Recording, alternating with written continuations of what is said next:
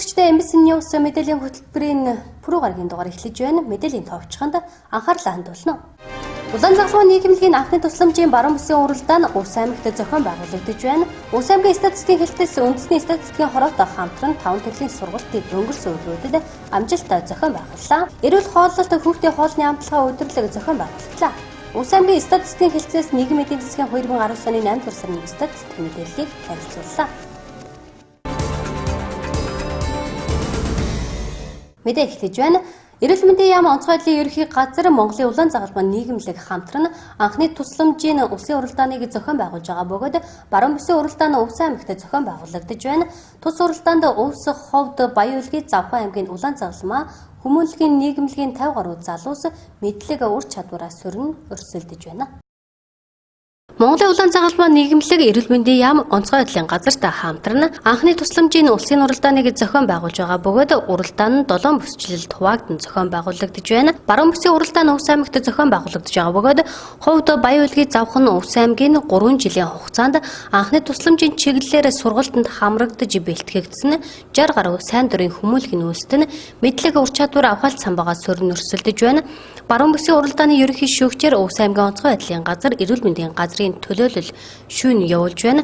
Тус тэмцээний ач холбогдол нь учирч болзошгүй байгалийн гамшиг тохиолдсон үед гэр бүл ойр дотны хүмүүстийн анхны тусламж үзүүлэх цаашлаад эрдэнэ түүний амь насыг аврахад иргэн бүрийг энэ төрлийн мэдлэг чадвартай болгоход тэмцээний гол зорилго оршиж байгаа юм а. За өнөөдөр манай Увс аймагт бол баруун бүсийн нийт бид ажилтны халуун хаш болон сайн дөрвийн дунд анхны тусламж уралдаан зохион байгуулж байгаа. За манай баруун бүс ууларх бүс ялангуяа ууларх бүст ословаар их тохиолддог. Тухайн үед бол манай ословаар үед бол манай Монголын Улаанзаалмаа нийгэмлэг бүс нутгийн хэмжээнд яаж ажиллах вэ? Яаж хамтарч ажиллах вэ талаараа бид нар нэг талаар энэ тэмцээн уралдаанч нь хоёр дахь зөвлөдөж нэг нэрээс туршлага судлах ийм сайхан үйл явдал болж байна. Манай бас бүсийн нутгийн хэмжээнд баруун бүст бол ховд Увс Баян Улгийн аймаг хавтдаг. Энэ уралдааны хэмжээнд бол баруун дөрвөн аймгийг хамруулж байгаа.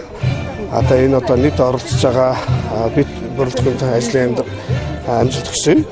За өнөөдөр Монголын Улаанзаалмаа хүмүүнлэгийн нийгэмлэг онцгой байдлын газар эрүүл мэндийн яамнаас хамтран зохион байгуулж байгаа анхны тусламж 2019 уралдаан маань өнөөдөр баруун бүсийн тэмцээн ховд Баян Улгийн Увс Завхан гэсэн дөрвөн аймгийн анхны тусламжийн бэлтгэгдсэн баг өнөөдөр хөтөлбөрч авьяас чадвараа үүсгэх бэлэн болсон байна.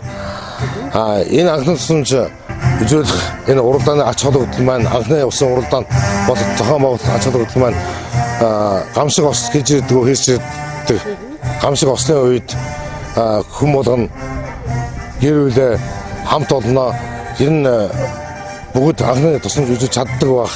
Наад захын анхны тусламжийн мэдлэгтэй болгох зорилгоор 3 жилийн хугацаанд эрүүл мэндийн яам Улаанзаалмаа нийгэмлэгээс санаачилсан онцгой байдлын газар хамтсны гонцон сургалтанд аймаг болгоно 15 гишүүнтэй өнөөдөр хэмжээнд 3 жилийн хугацаанд бэлтгэгдээд өнөөдөр эдгээр маань одоо энэ оролцож байгаа тамирчид маань анхны тусламжийн хүмүүс маань сургууль багшийн хэмжээнд өнөөдөр бэлтгэгдээд өдөрөө үйлчлэхээр анхны усан уралдаанаа 3 жилийн өдөрөө тусламжийн тэмцээнд зохион байгуулж байна.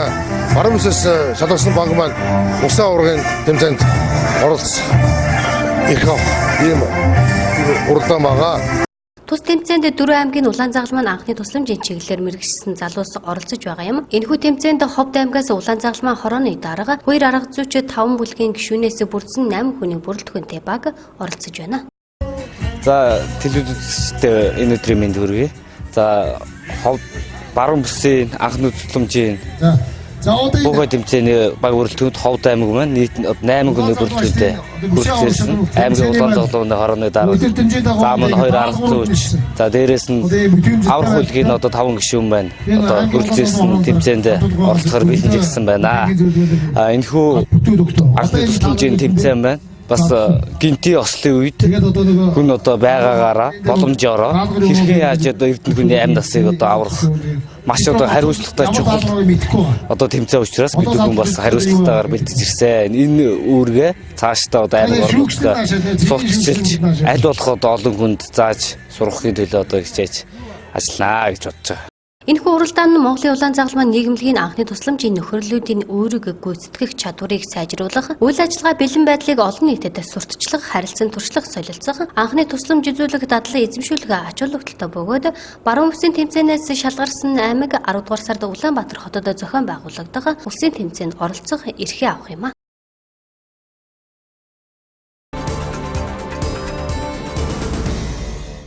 Дараагийн мэдээ Аймгийн статистикийн хэлтээс үндэсний статистикийн хороотой хамтран гендертэй суурилсан хүчирхийлэл статистикийн мэдлэг ур чадвар эзэмшүүлэх, төрийн байгууллагын албан хаагчдад зориулсан мэдээллийн нэгдсэн сангийн уялдааг сайжруулах зэрэг 5 төрлийн сургалтыг өнгөрсөн өдрүүдэд амжилттай зохион байгууллаа. Монгол Улсын статистикийн мэдээллийн хүртээмж нээлттэй байдлын үнэлгээгээр 193 орноос 11-р Азийн орнуудаас 1-р ирмэлэгддэг аймгийн статистикийн хэлтээс үндэсний статистикийн хороотой хамтран статистикийн мэдээллийн чанар шуурхай байдлыг сайжруулах, төрийн байгууллагуудын статистикийн мэдээллийн сангийн уялдааг хангаж, албан ёсны статистикийн хэрэглээ ашиглалтыг нэмэгдүүлэх зорилтын хүрээнд аймаг сумдын удирдлагууд статистик хариуцсан албан хаагчдад зориулсан статистикийн мэдлэг ур чадвар эзэмшүүлэх сургалтыг үе шаттай зохион байгууллаа. Тухайлбал сумдын статистикийн асуудал хариуцсан мэргэжилтнүүдэд статистикийн салбарын хууль эрх зүйн орчин, үйл ажиллагаа статистикийн мэдээг аж ахуйн нэгж байгууллагаас онлайнаар авах тухай, статистикийн мэдээллийн сан түүний хэрэглээ ашиглалтын мэдлэг олгох сургалт, статистикийн мэдээллийн анхан шатыг боловсруулан гаргадаг төрийн байгууллагуудын статистикийн асуудал хариуцсан мэргэжилтнүүдэд мэдээллийн нэгдсэн сангийн уялдааг сайжруулах сургалт, мөн зохистой хөтөлмөрийг дэмжих сургалтыг хөтөлбөр халамжуулалтын газартай хамтран зохион байгуулсан бөгөөд 9-р сарын 12-ноос 17-ны хооронд аймгийн статистикийн хэлтээс 5 төрлийн сургалтыг амжилттай зохион байгууллаа. Аймгийн статистикийн хэлтсэн үндэсний статистикийн хороо хамтраад одоо 5 төрлийн сургалтыг бол одоо зохион байгуулж өнгөрсөн байгаа. Өнгөрсөн 7 хоногт. За үүн дээр бол одоо эхний үндэсний статистикийн хороо, үндэсний гендерийн хороо, мөн нүүбийн хүн амын сангаас одоо хамтарсан гендер суурилсан хүчирхийллийн эсрэг судалгааны одоо тайлангийн үр дүнг бол одоо танилцуулсан. Аймгийн хэмжээнд 60 хүнийг одоо хамруулсан гендер суурилсан хүчирхийллийн эсрэг судалгааныхаа тайланг бол үр дүнг бол танилцуулсан байгаа. За дараагаар нь бол одоо Монгол улсын доктортой хөгжлийн зорилтыг биелүүлэх хүрээнд зохистой хөтөлмөр эрхлэлтийг дэмжих, дээшлүүлэх зорилтын хүрээнд зохистой хөтөлмөр эрхлэлтийг дэмжих гэсэн тайлангийн одоо үр дүнгийн тархаалтыг бас мөн аймгийн хэмжээнд 40 хүний бүрэлдэхүүнтэйгээр бас зохион байгуулсан. За үүнд бол одоо хөтөлмөр халамж үйлчилгээний газар маань хамтран хөтөлмөр эрхлэлттэй холбоотой төрийн бус байгууллагуудын маань оролцоотойгоор энэхүү тайлангийн үр дүн бол одоо танилцуулагдаж өнгөрсөн байгаа. За мөн үндэсний статистикийн хорооноос бол одоо мэдээллийн чанар шуурхай байдлыг сайжруулах үүднээс бол одоо аймаг сумын статистик хариуцсан мэргэжилтнүүдтэй бол одоо үе шаттайгаар сургалтыг бол одоо зохион байгууллаа. За үүнд бол одоо эхний ээлжинд төрийн байгууллагын захиргааны статистик мэдээ тайлан гаргадаг одоо төрийн байгууллагуудын статистик хариуцсан ажилтан төрийн албан хаагчдыг бол одоо хамруулсан 65 хүний сургалтыг бол одоо зохион байгуулсан. За дараагаар нь бол одоо аж ахуйн аймгийн хэмжээнд одоо үйл ажиллагаа явуулж байгаа 2000 гаруй аж ахуйн нэгжээс маань байнгын одоо мэдээ тайланд хамрагдж идэг сар улирал жилийн давтамжтайгаар байнгын мэдээ тайлангаа өгч байгаа аж ахуйн нэгжүүдээс маань төлөөлөл болгож 65 аж ахуйн нэгжийн мэдээлэгч нарт бол одоо бас мөн үндэсний статистикийн хорооноос баг бүрэлдэхүүнж одоо сургалтыг бол зохион байгуулсан. За хамгийн сүүлийн 5 дахь сургалт нь бол одоо сум орон нутгийн статистик хариуцсан мэргэжилтнүүд сумын удирдлагуудын одоо төлөөллийг дуудаж энэ статистик мэдээ тайланг одоо аймгийн хэмжээндээ ер нь аймгийн хэмжээ багаас сумаас аймгийн хэмжээнд одоо мэдээллүүд маань үнэн зөв шуурхай ингээд гарч иж улс орны маань эдийн засаг нийгмийн үзүүлэлтүүд одоо гарах учраас анхан шатнд нь ажиллаж байгаа төрийн байгууллагууд аж ахуйн нэгж байгууллагын мэдээлэгч нар мөн суманд одоо ажиллаж байгаа статистик хариуцсан мэргэжилтнүүдийнхаа одоо чадварыг сайжруулах үүднээс бол одоо статистикийн хууль эрх зүйн орчин ямар байгаа мөн онлайнаар одоо мэдээ тайлангаа одоо хэрхэн авч одоо дамжуулах уу, шуурхай дамжуулах уу мөн төрийн байгууллагуудын маань үүрэг оролцоо статистикийн салбарт ямарын аж ахуйн нэгж байгууллагын одоо үүрэг оролцоо нь статистикийн салбарт ямар байгаа одоо энэ сумдын маань одоо мэдээ тайлан гаргаж байгаа хүмүүс маань статистикийн салбарт одоо ямар үүрэг оролцоотойгоор ажиллаж байгаа юм бэ гэдгийг одоо маш дэлгэрэнгүйгээр одоо танилцуулсан одоо ийм үе шаттай сургалтуудыг бол одоо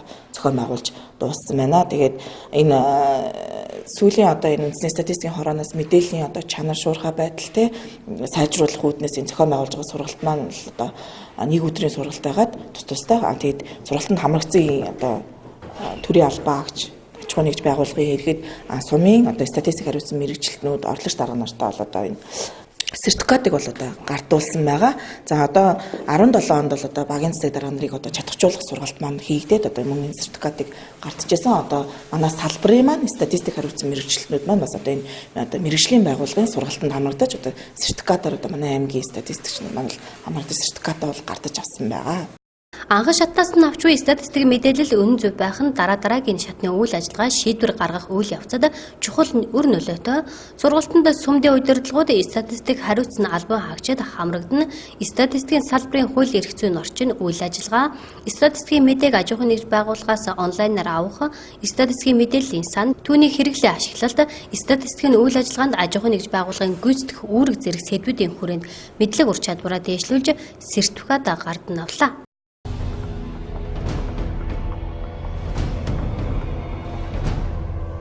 Засгийн газрын өчигдрийн хуралдаанаар тэтгэвэр барьцаалсан зээлийг үе шаттай бууруулах зээлийн хугацааг бүх банкнд адил 24 хүртэл сар байхаар тогтоох чиглэлээр Монгол банк арилжааны банктай хамтран ажиллахыг сайд чин зөрөгтөд даалгалаа. 2019 оны 8 дугаар сарын байдлаар нийт тэтгэвэр авагчийн 55.7% буюу 233 орчим мянган хүн 814 орчим тэрбум төгрөгийн тэтгэвэр барьцаалсан зээлтэй. Тэд урт хугацаатай зээлийг 18% хүүтэй 30 хүртэлх сарын хугацаатай авсан байна. 54.5 мянган хүн жилийн 10% хүүтэй зээл авсан. Нийт зээлдэгчийн 23.6%-ийг эзлэж байна.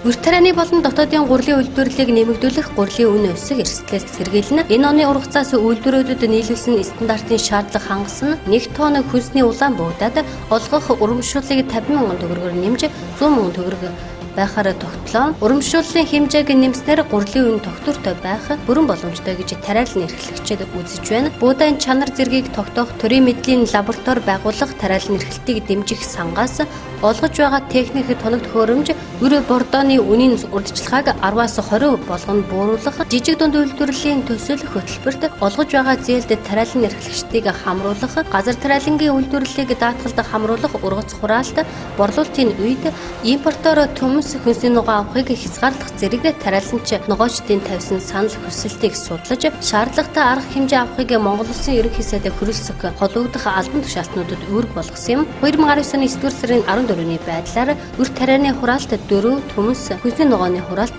22% байна.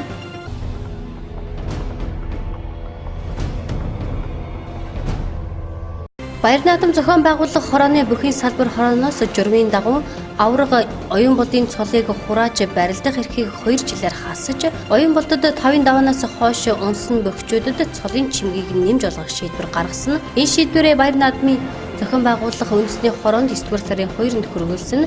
Баяр наадам зохион байгуулах хорооны тогтоолоор тухайн бүхий барилдах эрхийг нь хасах бөгөөд цол хураах асуудлыг хорооноос ерөнхийлөгчд уламжилдаг журамтай. Тэгвэл бүхий салбар хорооноос баяр наадам зохион байгуулах хороонд хүсэлт хүргүүлээд аль хэдийн 16 хонсон байхад ямар нэг шийдвэр гаргаагүй байна. Түүнчлэн бэс сурцын шинжилгээ өгсөн нэг бүхий шинжилгээний хариу мөн л одоо хүртэл ирээгүй байгаа гэх мэдээллийг их сурулж өгч байна. Тэрээр бэс сурцын шинжилгээ хийлгсэн бүхий хариу манад ирээгүй Солонгос улс дахь лабораториос хариуг нь эхлээд допингийн эсрэг үндэсний төв рүү явуулна. Харин допингийн эсрэг үндэсний төвөөс бүхий салбар хороон руу хариуг нь явуулах ёстой тогтоосон хугацаа гэж байдаггүй хариуг нь ирүүлмэгц олон нийтэд зарлан гэсэн юм. Бэс сурцын шинжилгээ өгсөн бүхий шинжилгээний хариу манад ирмэгц бүхий салбар хороо дахиад хуралдах юм байна.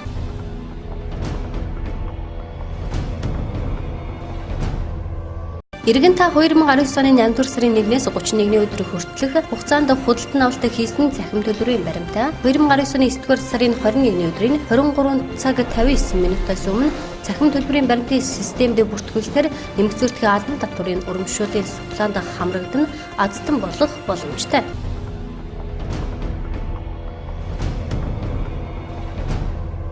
Гадаад харилцааны яамны гадаад худалдаа эдийн засгийн хамтын ажиллагааны газрын дэд захирал Бат Цэцэг тэргүүтээ төлөөлөгчид 9-р сарын 17-ноос 20-ны өдрүүдэд бүгд найрамдах энтэг улсын шин дээлийн хотод болж буй Аз номхон далайн орнуудын худалдаа хөнгөвчлөх форумд оролцож байна.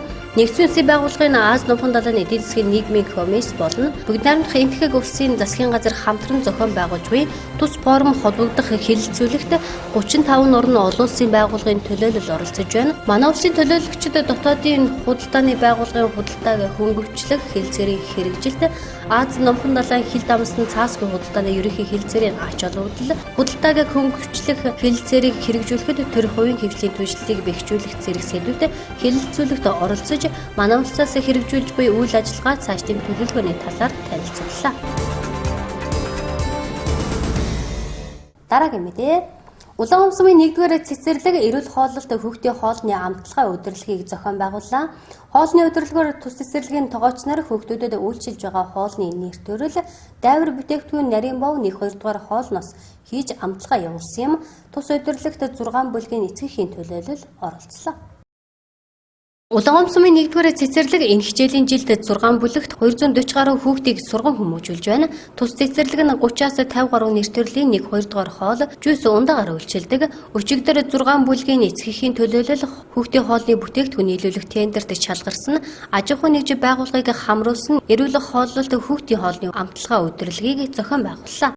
Улаан умсмын 1-р цэцэрлэгийн хоол үйлдвэрлэлийн талаар мэдээлэл өгч байна. За манай цэцэрлэг бас өнөөдөр 7 хоногийнхаа хоолны амтлагыг бас эцгийгчүүдэд амтлуулж байгаа. Тэгээд энэ үйл ажиллагаанд 6 бүлгийн эцгийнхээ төлөөлөл болон аймгийн тамгын газрын ажилтан, мэрэгжилтэн, за мэрэгжлийн хяналтын газрын нэм жаргал эдгээр хүмүүс бас оролцож байна. За энэ үйл ажиллагаанд маань хоол үйлдвэрлэлийн багийнхан маань 1-5 дахь өдөр болон 7 хоногийнхаа хоолны үзэсгэлэн бас гаргаж үзүүлж байгаа. За мөн бас яг 1-7 хоногийн хоолнуудын үзэсгэлэнг бас эцэг эхчүүд бас ингэж амтлагаа маягаар бас гаргасан байгаа. За мөн манай тус цэцэрлэгт бас шалгарсан тендерээс шалгарсан 6 багцад гурилан бүтээгдэхүүн, махан бүтээгдэхүүн, сүүн бүтээгдэхүүн, жимс гэн килограммын бүтээгдэхүүн гэдэг энэ бүтээгдэхүүнүүдийг бас 6 багцад шалгаруулж авдаг байгаа. Энэ шалгаруултанд бас тэнцсэн хүмүүсийнхаа бас материалуудыг, бүтээгдэхүүнүүдийг бас амтлагаа болгон тавьсан байгаа. За манай цэцэрлэг нь өнөөдөр эрүүл хооллолт хүүхдийн хоолны амтлагаа эцэг эхчүүдийн дунд гаргаж байна. Манай цэцэрлэг нь 240 гаруй хүүхдэд өнөөдөр үйлчилж байгаа.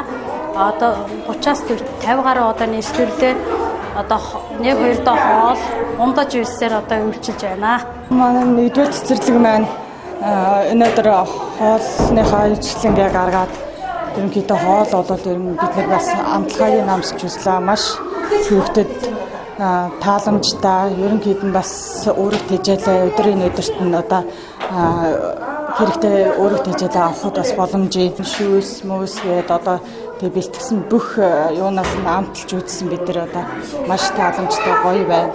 Үнэхээр бид нар бас сэтгэл хангалуун байна. Цэцэрлэгийнхаа хамт олонд удирдлагууд нь бас ажлын амжилт хүсье, баярлалаа.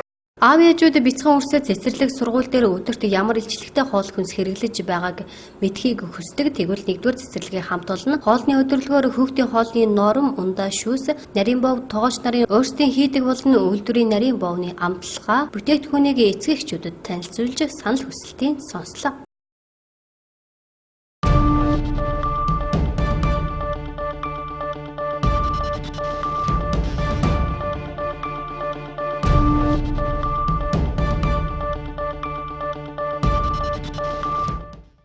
MBC News мэдээллийн хөтөлбөр тодорхойлол болонгаар үргэлжлэж байна. Аймгийн статистикийн хэлтсээс нийгмийн эдийн засгийн 8-р сарын статистик мэдээллийг танилцууллаа. 8-р сарын статистик мэдээллээр 10 салбарын мэдээллээс 7 салбар өсөлттэй, 3 салбар буурс үзүүлэлттэй байна. Мэдээллийн дэлгэрэнгүй тодорхойлол болонгоос хүлээн авч үзнэ. За, эрхэм статистикийн хэрэглэгч та бүхэндээ 2019 оны 8 сарын нийгмийн эдийн засгийн байдлын талаарх мэдээллийг та бүхэндээ хүргье. За халамж хөдөлмөр халамж үйлчилгээний газарт одоо ажил хааж бүртгүүлж байгаа иргэдийн тоо бол одоо энэ сар 8 сар 711 иргэн бол одоо бүртгүүлсэн байна. За үүний одоо 7.7% нь сургууль төгсөж болон цэргээс халагдаж ирээд ажил хайж байгаа бол иргэд байна. Бүртгэлтэй ажилгүйчүүд маань өнгөрсөн мөн үеэс бол 10.4%-аар л одоо өссөн үзүүлэлтийг харуулж байгаа. За мөн 1.4% нь бол одоо хөгжлийн бэрхшээлтэй иргэд маань ажил хайж байгаа зүйл бол харагдаж байна. Нийгмийн дадлалын мэдээгээр бол одоо 8 сард нийгмийн дадлалын санд 10.6 тэрбум төгрөгийн орлого бол одоо бүрдсэн байгаа. Энэ нь өнгөрсөн оныхоо мөн үеэс 2.6%-аар л одоо үзүүлэлттэй 32.5 тэрбум төгрөгийн бол зарлахыг гаргасан. Энэ нь 3.6%-аар л өнгөрсөн оныхоо үеэс одоо өссөн байна. За халамжийн сангийн тухайд бол одоо нийтдээ 33.4 мянган иргэнд 9.3 тэрбум төгрөгийн бол одоо тэтгэвэр тэтгэмжийг бол одоо олгосон байна. За энэ нь бол өнгөрсөн оныхоо мөн үеэс 14.5%-аар буурсан үзүүлэлттэй байна. За эрүүл мэндийн салбарын статистик мэдээллээр бол одоо энэ оны 8 сарын эцэст бол 1245 их амарчж 1258 хүүхэдд бол одоо мэндэлж төрсөн байна. За эхийн тоо бол одоо 0.3%-аар, хүүхдийн тоо 0.2%-аар бол одоо тус буурсан. За энэ оны 8 сард бол нийтдээ 347 одоо халдвар өвчлөгчдийн тоо бол одоо бүртгэгдсэн байгаа. Энэ нь 125 өвчлөгчдөр буюу 26.5%-аар бол одоо буурсан үзүүлэлтийг бол харуулж байна. За осол гэмтлийн улмаас бол 38 хүн нас орсон байгаа. Өвчлөгчдийн тоо маань бол 435 болсон байна. За гэмтэргийн статистик мэдээлэлээр бол оны эхнээс 8 сарын хугацаанд бол 216 гэмтэрэг бол одоо бүртгэгдсэн байгаа. За энэ маань өнгөрсөн өдрийнхөө мөн үеэс 3.6%-аар бол одоо буурсан үзүүлэлттэй байна. За мөнгө зээлийн тухайд Монгол банкны мэдээгээр бол одоо нийтдээ 33 тэрбум төгрөгийн задлалыг бол авсан. За 297.5 мянган тэрбум төгрөгийг бол одоо гүйлгээнд гаргаснаас энэ нь өнгөрсөн оныхоо мөн үетэй харьцуулах юм бол задлалаар авсан мөнгө маань 0.7 тэрбум төгрөгөөр буюу 2.2%-аар гүйлгээнд гаргасан мөнгө маань 99.2 тэрбум төгрөгөөр буюу 25%-аар бол одоо тус бол буурсан байна. Хуцаа итэрсэн зээлийн үр үлдэгдэл бол 19 оны 8 сард 2.6 тэрбум төгрөг бол одоо болсон байгаа. За өнгөрсөн оныхоо мөн үеэс 18.7%-аар бол одоо буурсан байна. За иргэдийн одоо бүрдүүлсэн хадгаламжийн үлдэгдэл бол 115.1 тэрбум төгрөгийг бол одоо бүрдүүлсэн. Энэ маань өнгөрсөн оныхоо мөн үеэс 16.4 тэрбум төгрөгөөр бол одоо иргэдийн хадгаламж маань өссөн байна. За төсөө санхүүгийн статистик мэдээллийн тухайд бол орон нутагт олгох дэмжлэг тусламжийн тухайд 20.8 тэрбум төгрөгийг бол орсон байгаа. За энэ маань өнгөрсөн оныхоо мөн үеэс 17.2%-аар бол одоо өссөн. За аймгийн өөрөө бүрдүүлэх төсвийн орлого маань бол одоо нийтдээ 8.1 тэрбум төгрөгийг бүрдүүлэх байсан бол гүйцэтгэлээрээ 10.9 тэрбум төгрөгийг одоо бүрдүүлж орлогын төлөвлөгөөгөө бол 35.4%-аар одоо давуулан биелүүлсэн байгаа. За өнгөрсөн оныхоо мөн үетэй харьцуулах юм бол 36.2%-аар одоо өссөн үзүүлэлтийг бол харуулсан байна. За орон нутгийн төсвөөс гарсан зарлагын тухайд бол 44 тэрбум төгрөгийн зардлыг гаргасан байгаа. Энэ зардал 4.2%-аар бол одоо өмнөх оныхоо мөн үеэс өссөн байна. За нийт зарлагын 56% нь бол одоо цалин хөлс бол эзэлж байна. За аймгийн төсвийн зардалд одоо өөрөө бүрдүүлсэн орлогын эзлэх хувь бол 24.7% болсон байгаа. За энэ маань өнгөрсөн оныхоо мөн үетэй харьцуулах юм бол 5.8 пунктээр бол одоо өссөн үзүүлэлтийг бол харуулсан байна. За гадаад худалдааны статистик мэдээлэлээр бол 8 сард 14.6 сая Америк долларын импортыг бол одоо оруулсан байгаа. За энэ маань өнгөрсөн оныхоо мөн үеэс 24.8%-аар одоо буурсан. За нийтдээ бол одоо экспорт бол 6.8 Америк долларт бол хүрсэн байгаа. За энэ маань 94.1%-аар бол буурсан байна. За хэрэглээний баруун индексийн үйлчилгээний үнийн хувьд бол одоо эхний 8 сарын тухайд өмнөх сарынхаа төвшнөөс 0.7%-аар бол одоо өссөн.